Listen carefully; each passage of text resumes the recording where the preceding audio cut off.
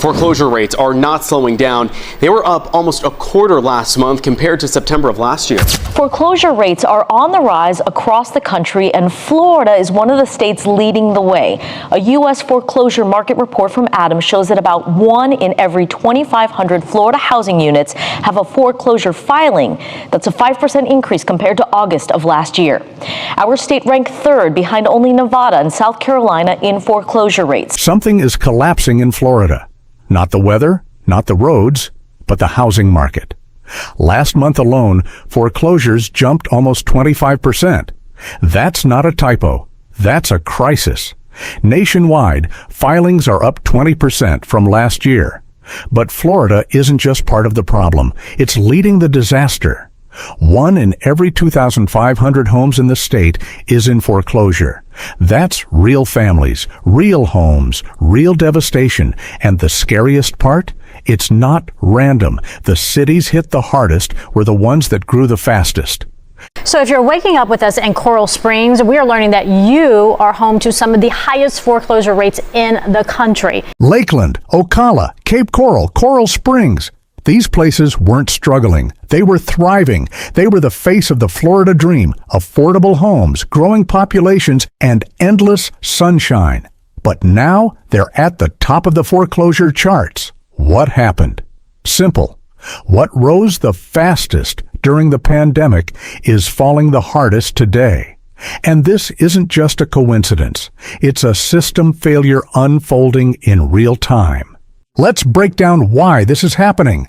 It comes down to 3 brutal forces. 1, insurance.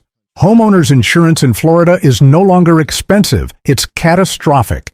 Some are paying $15,000 to $20,000 a year.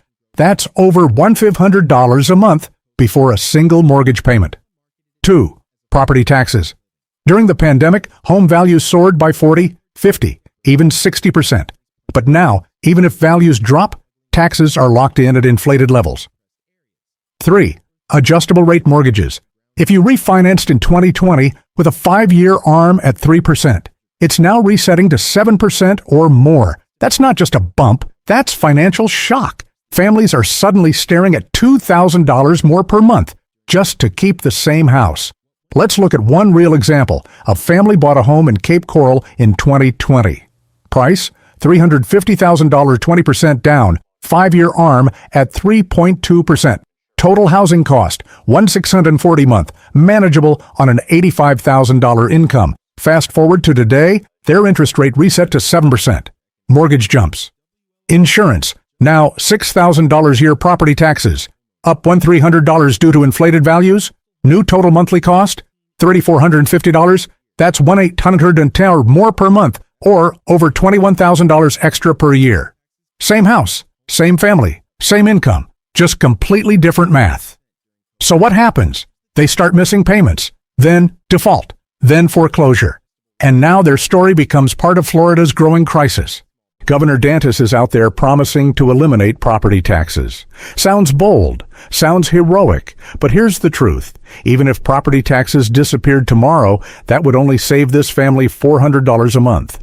Meanwhile, insurance and mortgage costs have gone up $1,800. You're giving them a Band-Aid when they need emergency surgery. And worse?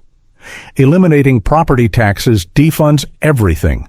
Schools, police, fire departments, road maintenance. You can't delete billions in revenue and pretend services will magically continue. This isn't just hurting homeowners. It's freezing the entire real estate market. Buyers can't close deals. Insurance premiums destroy their loan approvals.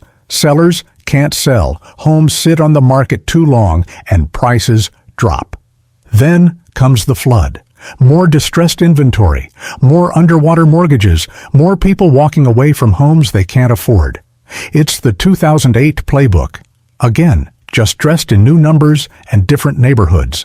This collapse isn't evenly spread. Florida is splitting in two. In Orlando, if you bought before 2019, refinanced into a 30-year fixed rate, you're probably fine. In Cape Coral, Lakeland, Ocala, if you bought from 2020 to 2022, you're drowning. same state. Two different economic realities. And guess which group is driving the foreclosure statistics? This isn't just a housing correction, it's a controlled demolition, triggered by insurance failures, bad policy, and political posturing. Florida is unraveling fast, and the reset is hitting harder than anyone expected. Families are losing homes, markets are freezing, communities are collapsing, and the worst part? We've seen this before, but this time we can't say we weren't warned. Do you think Florida's housing crisis is being ignored by design? Is your city feeling the pressure already? Let us know in the comments. Don't forget to like, subscribe, and stay alert. This isn't just Florida's problem anymore. It's America's next housing warning.